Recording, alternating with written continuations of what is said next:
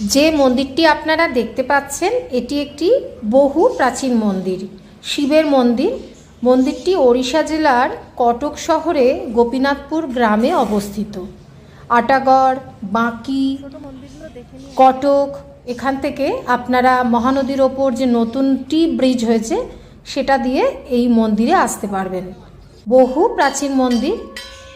ঢোকার সময় জানতে পারলাম প্রায় 1600 বছরের পুরনো এই শিবের মন্দিরটি।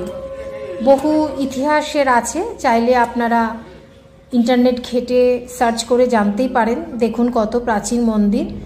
আর এই মন্দিরটিতে শৈব এবং বৈষ্ণব ধর্মাবলম্বীদের দুই অলঙ্করণ দেখতে পাওয়া যায়, যা এক নজরকাড়া বিস্ময়। মহানদী পাশ দিয়েই বয়ে গেছে। মহানদীরই একটি আইল্যান্ড বা দ্বীপের মধ্যে এই মন্দিরটি অবস্থিত। খুব সুন্দর, বহু প্রাচীন মন্দির।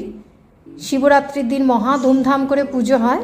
তো ভিড় এড়ানোর জন্য আমরা শিবরাত্রির আগের দিনই মন্দিরে গিয়ে পুজো দিয়ে এসেছি। খুব ভালো লেগেছে পরিবেশটি।